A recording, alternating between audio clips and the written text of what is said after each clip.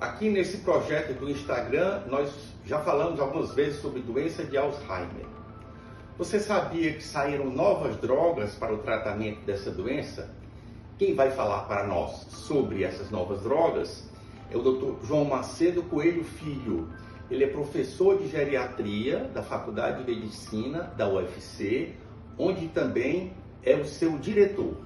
Além disso, ele é membro titular da Academia Cearense de Medicina.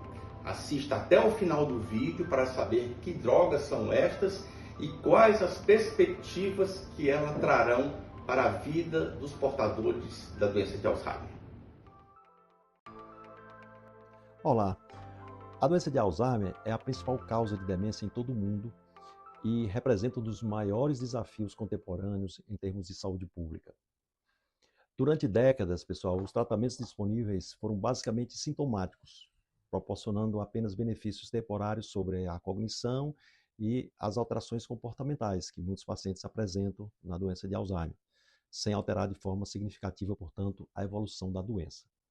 Nos últimos anos, entretanto, surgiu a nova classe de medicamentos, os chamados medicamentos anti-amiloide, representados principalmente pelos dois que foram aprovados recentemente, o donanemab e lecanemab. Esses medicamentos são anticorpos monoclonais desenvolvidos para remover do cérebro os depósitos daquela proteína, a proteína beta-amiloide, que é considerada fundamental na patogênese da doença de Alzheimer e um dos principais marcadores biológicos dessa condição. Os estudos clínicos demonstraram que essas terapias são capazes, sim, de remover de forma expressiva, significativa, a carga amiloide cerebral. Entretanto, a grande questão é saber até que ponto essa remoção da proteína amiloide se traduz em benefício clínico concreto, efetivo para os pacientes. Os resultados observados até o momento mostram um retardo da progressão clínica da doença, mas os efeitos são considerados ainda bastante modestos. Em termos práticos, os pacientes tratados apresentam uma desaceleração do declínio cognitivo e funcional, quando comparados aos grupos placebo, porém, eles continuam evoluindo com piora ao longo do tempo. Não se trata, portanto, de uma cura, nem de uma estabilização da doença, mas de uma redução parcial da sua velocidade de progressão. Essa magnitude relativamente pequena do benefício faz com que a prescrição desses medicamentos seja ainda objeto de grande debate na comunidade científica. Alguns grupos de especialistas consideram que os benefícios demonstrados justificam sim a prescrição desses medicamentos em pacientes cuidadosamente selecionados, enquanto que outros pesquisadores são bem mais céticos.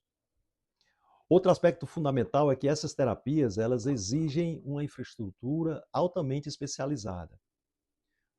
O tratamento ele não pode ser iniciado apenas com base na suspeita clínica da doença de Alzheimer.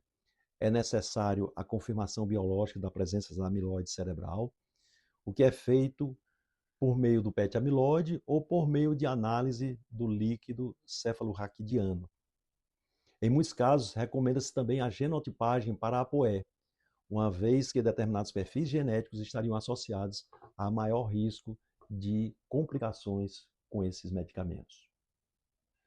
Além disso, os pacientes elegíveis para essa condição são aqueles em fases muito precoces da doença, ou seja, com comprometimento cognitivo leve ou com a demência em fase inicial associada à doença de Alzheimer.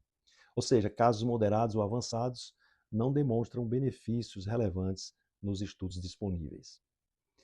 A administração tanto do lecanemab quanto do donanemab é feita por meio de infusão intravenosa, infusão periódicas e deve ser feita em centros absolutamente habilitados.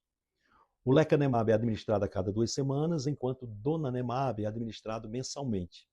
E durante o tratamento são necessárias consultas regulares, acompanhamento especializado e ressonâncias magnéticas seriadas para monitorar possíveis eventos adversos com essas substâncias. A principal preocupação, aliás, em termos de eventos adversos, seria a ocorrência de uma condição que nós chamamos de ARIA, sigla em inglês para anormalidades de imagem relacionadas à amiloide.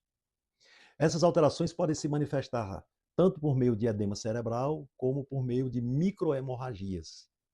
E embora muitas vezes sejam completamente assintomáticas, elas eventualmente podem causar cefaleia, tontura, confusão mental, déficits neurológicos transitórios e, em raras situações, eventos graves e potencialmente fatais.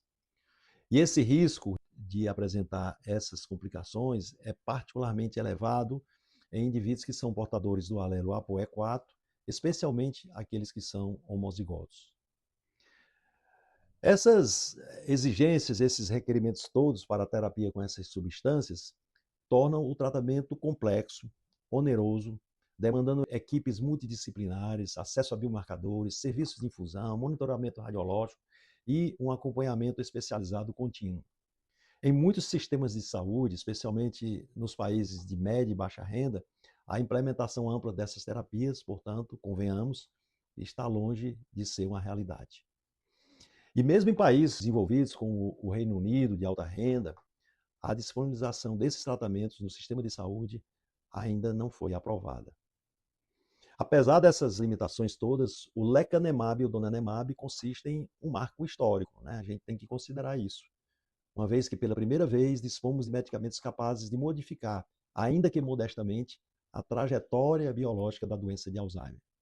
O impacto clínico é limitado, mas o significado científico é enorme, uma vez que estamos inaugurando a era dos tratamentos potencialmente modificadores da doença. Agradecemos ao Dr. João Macedo, que falou para nós sobre novas drogas para o tratamento da doença de Alzheimer. O nosso próximo vídeo será sobre colonoscopia. Não perca!